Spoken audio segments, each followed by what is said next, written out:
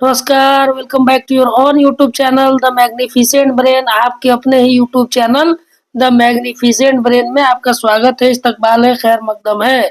आज अपने इस वीडियो में हम साइकोलॉजी के कुछ महत्वपूर्ण प्रश्नों को देखने वाले हैं, जो आने वाले आगामी प्रतियोगी परीक्षाओं के लिए काफी महत्वपूर्ण होने वाले हैं। जैसे आने वाले बीटेट परीक्षा, सीटेट परीक्षा, एस्टेट पेपर 2 के लिए, बेट के लिए, DElEd 11 12 BA honours, MA psychology इत्यादि के लिए महत्वपूर्ण प्रश्न है। तो आइए हम लोग शुरू करते हैं अपने इस प्रश्नों के सिलसिला को। ये वो प्रश्न है जो विभिन्न प्रतियोगी परीक्षाओं के लिए महत्वपूर्ण होते हैं। इससे पहले कि हम प्रश्नों का सिलसिला जारी रखें, आपको हम बता दें कि आप हमें फॉलो कर सकते हैं हमारे Facebook page the magnificent brain पर, और हमें ज्वाइन कर सकते हैं हमारे टेलीग्राम चैनल और टेलीग्राम ग्रुप में। उसका भी नाम द मैग्निफिसेंट ब्रेन ही है। इसी प्रकार के प्रश्नों को देखने के लिए आप हमारे ग्रुप्स को ज्वाइन कर सकते हैं, जहां समय समय पर क्यूज भी कराया जाता है। इन सभी का लिंक वीडियो के डिस्क्रिप्शन में मौजूद है, जाइए वहां से ज्वाइन कर लीजिए। आइए शुरू करते हैं आज का पहला प्रश्न और देखते हैं कि पहला प्रश्न क्या है। जैसा कि आप यहाँ देख पा रहे होंगे, पहला प्रश्न है, निम्न में से कौन रूढ़ि युक्तियों के निर्माण को प्रभावित करने वाला कारक नहीं है? Which one of the following is not a factor influencing the formation of stereotype? Option A है अज्ञानता, इग्नोरेंस। ऑप्शन बी है कटु अनुभव, बिटर एक्सपीरियंस। ऑप्शन सी असफलता, फेलियर। ऑप्शन डी इनमें से कोई नहीं, नॉन ऑफ दिस। तो इस प्रश्न पर हम बात करें कि रूढ़ि युक्तियों के निर्माण को प्रभावित करने वाला कारक कौन सा नहीं है, तो अज्ञानता की अगर बात करेंगे तो अज्ञानता, जब लोगों के पास किसी समूह या समुदाय के बारे में पर्याप्त जानकारी नहीं होती है तो वे रूढ़िबद्ध धारणाएं बना सकते हैं। तो अज्ञानता जो है रूढ़ि युक्तियों के निर्माण के कारक है। इस प्रश्न में पूछा गया है कौन कारक नहीं है। कटु अनुभव की बात करेंगे तो किसी व्यक्ति के साथ नकारात्मक अनुभव होने पर वह उस अनुभव को पूरी समूह के लिए सामान्यीकृत कर सकता है, जनरलाइज कर सकता है और रूढ़िबद्ध हो सकता है। तो कटु अनुभव भी रूढ़ि युक्तियों के निर्माण को प्रभावित करने वाला कारक है। बात करेंगे असफलता की, तो असफलता अपने आप में रूढ़ि युक्तियों के निर्माण को प्रभावित करने वाला कारक नहीं है। हालांकि यह संभव है कि असफलता के कारण लोग में नकारात्मकता की भावना पैदा हो जाए, जो उन्हें रूढ़िबद्ध धारणाएं बनाने के लिए प्रेरित कर सकती है। तो ऑप्शन सी असफलता जो है डायरेक्ट रूढ़ि युक्तियों के निर्माण को प्रभावित करने वाला कारक नहीं है, लेकिन इससे बेटर है कि हम ऑप्शन डी के साथ जाएं कि इनमें से कोई नहीं। तीनों लगभग तीनों ऑप्शन में रूढ़िबद्धता को प्रभावित करने वाले कारक नजर आ रहे हैं, लेकिन ऑप्शन डी इनमें से कोई नहीं सही जवाब होगा। Option D is the right answer. प्रश्न संख्या 2, दूसरा प्रश्न है, निम्नलिखित में से किस परीक्षण को हाथावे तथा मैकिन्ले ने विकसित किया? निम्नलिखित में से किस परीक्षण को हाथावे तथा मैकिन्ले ने विकसित किया? Which of the following test is developed by Hathaway and McKinley? Option A है MMPI टेस्ट, ऑप्शन बी है TAT, ऑप्शन सी है RT और ऑप्शन डी है इनमें से कोई नहीं। तो हम बात करेंगे पहले कि ऑप्शन ए MMPI के बारे में। MMPI टेस्ट ही है जिसे हाथावे और मैकिन्ले ने विकसित किया था। Option A is the right answer. अब हम बात कर लेते हैं कि MMPI क्या है। तो MMPI यानी कि मिनेसोटा मल्टीफैसिक पर्सनालिटी इन्वेंटरी परीक्षण को हाथावे और मैकिन्ले ने विकसित किया था। यह एक व्यापक मनोवैज्ञानिक मूल्यांकन उपकरण है जिसका उपयोग व्यक्तित्व लक्षणों और मनोवैज्ञानिक विकारों की पहचान करने के लिए किया जाता है। इसलिए इसका सही उत्तर MMPI है। थोड़ा सा TAT पर भी बात कर लेते हैं। TAT का फुल फॉर्म होता है थीमेटिक ए परसेप्शन टेस्ट, को हेनरी मरे और क्रिस्टियाना मॉर्गन ने विकसित किया था। यह एक प्रक्षेपी परीक्षण है जिसमें व्यक्ति को अस्पष्ट चित्रों की एक श्रृंखला दिखाई जाती है और उन्हें उन चित्रों के बारे में कहानियां बताने के लिए कहा जाता है। इन कहानियों का विश्लेषण करके व्यक्ति के व्यक्तित्व, आवश्यकताओं और संघर्षों के बारे में जानकारी प्राप्त की जाती है। TAT के बारे में आप जान गए। RT यानी रिएक्शन टाइम, किसी उत्तेजना के प्रति प्रतिक्रिया करने में लगने वाला समय है। आप समझ गए होंगे कि हमारा जो प्रश्न है कि किस प्रशिक्षण को हाथावे तथा मैकिन्ले ने विकसित किया था, इसका सही जवाब है MMPI। Option A is the right answer. प्रश्न संख्या 3 पर चलते हैं। तीसरा प्रश्न है, अर्धचेतन को अन्य किस नाम से जाना जाता है? What is the other name of subconscious? Option A है सुलभ स्मृति, अवेलेबल मेमोरी। ऑप्शन बी है इड। ऑप्शन सी है ईगो। ऑप्शन डी है इनमें से कोई नहीं, नॉन ऑफ दिस। अर्धचेतन को अन्य नामों से जाना जाता है, इसका सही जवाब होगा ऑप्शन डी, इनमें से कोई नहीं। Option D is the right answer, क्योंकि अर्धचेतन को हम प्री कॉन्शियस के नाम से जानते हैं या अचेतन के नाम से जानते हैं, इनमें से किसी के नाम से नहीं जानते हैं। Option D is the right answer. अगले प्रश्न पर चलते हैं। अगला प्रश्न क्या है देखते हैं। अगला प्रश्न आप देख पा रहे होंगे कि मनोविदालिता पद का प्रयोग सर्वप्रथम किसने किया? Who used the term schizophrenia first time?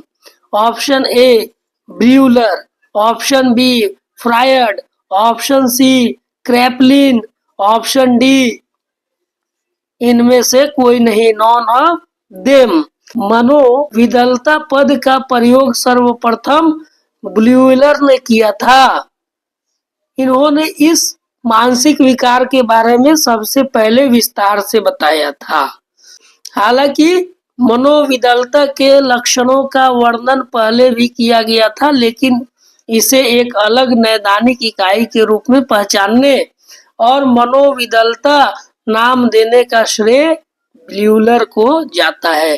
तो option A is the right answer. अगले प्रश्न की तरफ चलते हैं। प्रश्न संख्या 5।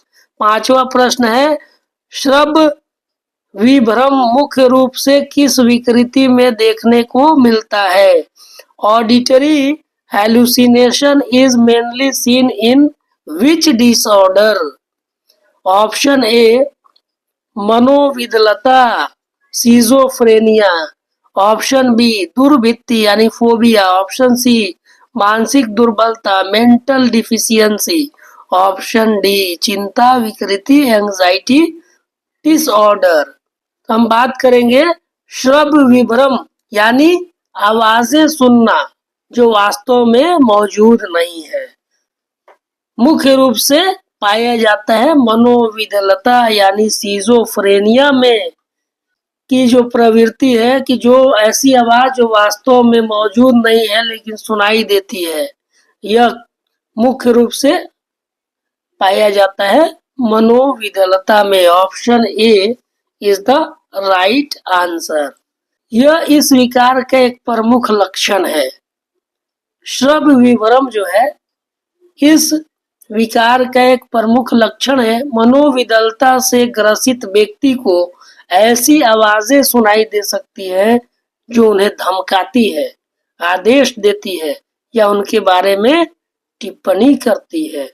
हालांकि यह ध्यान रखना महत्वपूर्ण है कि श्रव्य विभ्रम अन्य मानसिक विकारों में भी हो सकता है, लेकिन मनोविदलता में यह अधिक आम और गंभीर होता है। बाकी अन्य जो बीमारियां यहाँ दी गई हैं, इसमें श्रव्य विभ्रम इतनी प्रमुखता से नहीं पाई जाती है। प्रश्न संख्या 6 पर चलते हैं। छठा प्रश्न है, किसने कहा स्वप्न अचेतन में जाने का राजमार्ग है? Who said dreams are royal road of unconscious? किसने कहा कि स्वप्न अचेतन में जाने का राजमार्ग है? Option A Freud, option B Watson, option C Pavlov, option D इनमें से कोई नहीं, none of them। तो dream are royal road to conscious, यह शब्द कहा था Sigmund Freud. Option A is the right answer. Sigmund Freud एक प्रसिद्ध न्यूरोलॉजिस्ट और मनोविश्लेषक थे, जिन्होंने कहा था स्वप्न अचेतन में जाने का राजमार्ग है। Dreams are royal road to unconscious. Freud ने सपनों के विश्लेषण को अचेतन मन को समझने के लिए एक महत्वपूर्ण उपकरण माना था। उनका मानना था कि सपने हमारी दमित इच्छाओं, भावनाओं और विचारों को प्रकट करते हैं, जिन्हें हम जागते समय दबा देते हैं। इसलिए सपनों का अध्ययन करके हम अपने अचेतन मन के बारे में महत्वपूर्ण जानकारी प्राप्त कर सकते हैं और अपने मानसिक स्वास्थ्य को बेहतर बना सकते हैं। तो option A is the right answer. प्रश्न संख्या 7 पर चलते हैं और 7वें प्रश्न में देखते हैं क्या पूछा गया है। अनिर्देशित चिकित्सा का दूसरा नाम क्या है? What is the other name of non-directive therapy? Option A रोगी केंद्रित चिकित्सा, client centred therapy. Option B gestalt चिकित्सा, गेस्टाल्ट थेरेपी। ऑप्शन सी व्यवहार चिकित्सा, बिहेवियर थेरेपी। ऑप्शन डी इनमें से कोई नहीं, नॉन ऑफ दिस। अनिर्देशित चिकित्सा, नॉन डायरेक्टिव थेरेपी को रोगी केंद्रित चिकित्सा के नाम से भी जाना जाता है। तो इसका ऑप्शन ए जो है सही जवाब है। ऑप्शन ए इसका सही जवाब है। Option A is the right answer. यह एक प्रकार की मनोचिकित्सा है जिसमें चिकित्सक रोगी को बिना किसी निर्देश या सलाह के अपनी समस्याओं का समाधान खोजने में मदद करता है। इस चिकित्सा में रोगी को अपनी भावनाओं और विचारों को खुलकर व्यक्त करने के लिए प्रोत्साहित किया जाता है और चिकित्सक बिना किसी शर्त के स्वीकार करता है और समझता है। अनिर्देशित चिकित्सा के जनक कार्ल रोजर्स थे, जो एक प्रसिद्ध मनोवैज्ञानिक थे। रोजर्स का मानना था कि हर व्यक्ति में अपनी समस्याओं का समाधान खोजने और अपने जीवन को बेहतर बनाने की क्षमता होती है। अनिर्देशित चिकित्सा इस क्षमता को उजागर करने और रोगी को अपने जीवन का नियंत्रण लेने में मदद करती है। Option A is the right answer. अगले प्रश्न पर चलते हैं। प्रश्न संख्या 8। 8वां प्रश्न है, क्रमबद्ध असंवेदीकरण का किस चिकित्सा विधि में उपयोग किया जाता है? In which therapeutic method is systematic desensitization used? Option A है व्यवहार चिकित्सा, बिहेवियर थेरेपी। ऑप्शन बी है मनोविश्लेषण, साइको एनालिसिस। ऑप्शन सी है संज्ञानात्मक चिकित्सा, कॉग्निटिव थेरेपी। ऑप्शन डी है इनमें से कोई नहीं, नॉन ऑफ दिस। क्रमबद्ध असंवेदीकरण का उपयोग किया जाता है व्यवहार चिकित्सा में। Option A is the right answer. अगले प्रश्न की ओर चलते हैं। प्रश्न संख्या 9। 9वां प्रश्न है कि मॉडलिंग प्रविधि का प्रयोग सर्वप्रथम किसने किया? मॉडलिंग प्रविधि का प्रयोग सर्वप्रथम किसने किया? Who used modelling technique first time? Option A है कांटोरोविच। ऑप्शन बी है बैंडूरा। ऑप्शन सी है फ्रायड। ऑप्शन डी है इनमें से कोई नहीं, नॉन ऑफ देम।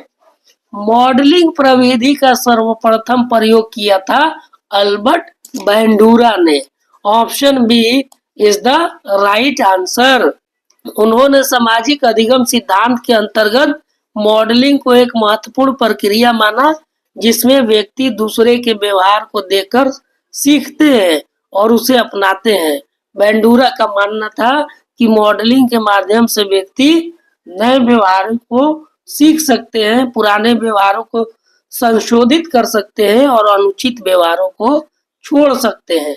मॉडलिंग कई प्रकारों के होते हैं, जैसे प्रत्यक्ष मॉडलिंग। इसमें व्यक्ति किसी दूसरे व्यक्ति को कोई व्यवहार करते हुए देखता है और फिर उस व्यवहार को दोहराता है, ये प्रत्यक्ष मॉडलिंग कहलाता है। दूसरा है प्रतीकात्मक मॉडलिंग। इसमें व्यक्ति किसी फिल्म, टेलीविजन कार्यक्रम या पुस्तक में किसी चरित्र को कोई व्यवहार करते हुए देखता है और फिर उस व्यवहार को दोहराता है, इसे प्रतीकात्मक मॉडलिंग कहते हैं। उसी तरह एक मौखिक मॉडलिंग, इसमें व्यक्ति किसी दूसरे व्यक्ति को किसी व्यवहार के बारे में बताते हुए सुनता है और फिर उस व्यवहार को करता है। अब मॉडलिंग का उपयोग विभिन्न क्षेत्रों में किया जाता है, जिसमें शामिल है शिक्षा, मनोचिकित्सा, सामाजिक कार्य, बहुत सारे क्षेत्र हैं। तो इसका ऑप्शन बी राइट आंसर है कि मॉडलिंग प्रविधि का प्रयोग सर्वप्रथम किसने किया?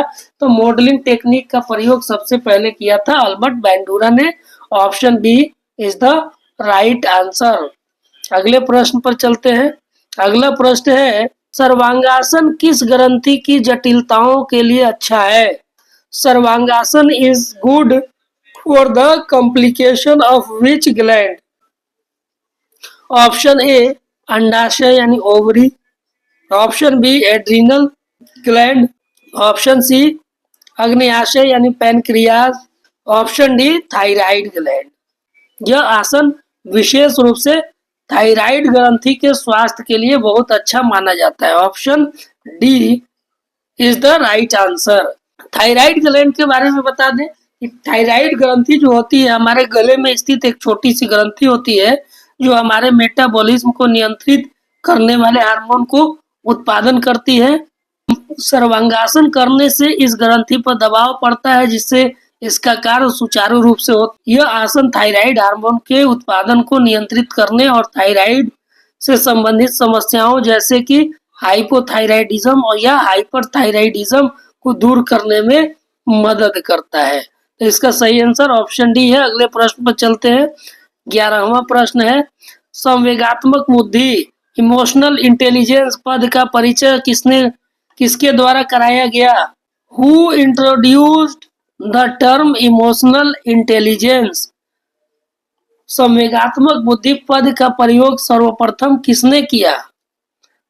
ऑप्शन ए है सैलोवे तथा मेयर ने, ऑप्शन बी है जेम्स बार्ड ने, ऑप्शन सी है गोलमैन ने, ऑप्शन डी है वुड तथा वुड ने। तो संवेगात्मक बुद्धि यानी इमोशनल इंटेलिजेंस पद का परिचय सबसे पहले किया था सैलोवे तथा मेयर ने। आप समझ गए होंगे कि संवेगात्मक बुद्धि पद का परिचय सैलोवे तथा मेयर द्वारा कराया गया था। Option A is the right answer. हालांकि डेनियल गोलमैन ने इस अवधारणा को लोकप्रिय बनाने में महत्वपूर्ण भूमिका निभाई थी।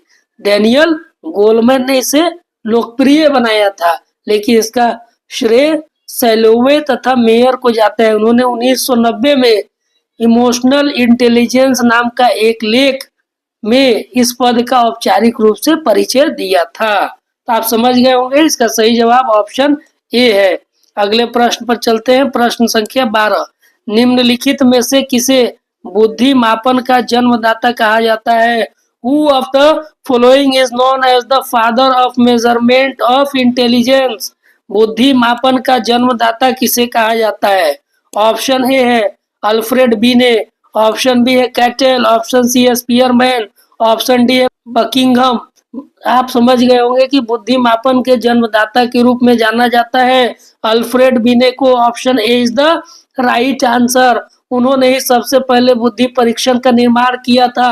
अल्फ्रेड बीने एक फ्रांसीसी मनोवैज्ञानिक थे, जिन्होंने 1905 में थियोडोर साइमन के साथ मिलकर पहला बुद्धि परीक्षण विकसित किया था। इस परीक्षण का उद्देश्य बच्चों की बौद्धिक क्षमता का मापन करना था, ताकि उन्हें उनकी शिक्षा के लिए उचित मार्गदर्शन किया जा सके। बीने के बुद्धि परीक्षण के बाद में कई बार संशोधन किया गया और ये आज भी बुद्धि मापन के लिए सबसे अधिक उपयोग किया जाने वाले उपकरणों में से एक है। तो आप समझ गए होंगे option A is the right answer. अगले प्रश्न पर चलते हैं। प्रश्न संख्या 13। 13वां प्रश्न है, निम्नलिखित में से कौन समूह संशक्ति को प्रभावित करने वाला कारक है? Which of the following is a factor influencing cohesiveness? संशक्ति को प्रभावित करने वाला कारक। ऑप्शन ए आकर्षकता एट्रैक्टिवनेस, ऑप्शन बी बाह्य खतरा एक्सटर्नल डेंजर, ऑप्शन सी प्रयास की मात्रा amount of effort, option D इनमें से सभी all of this.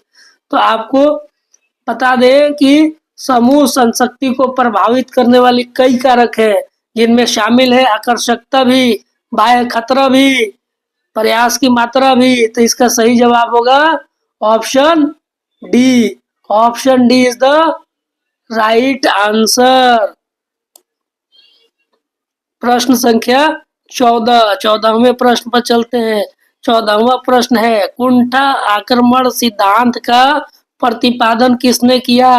Who proposed frustration aggression theory?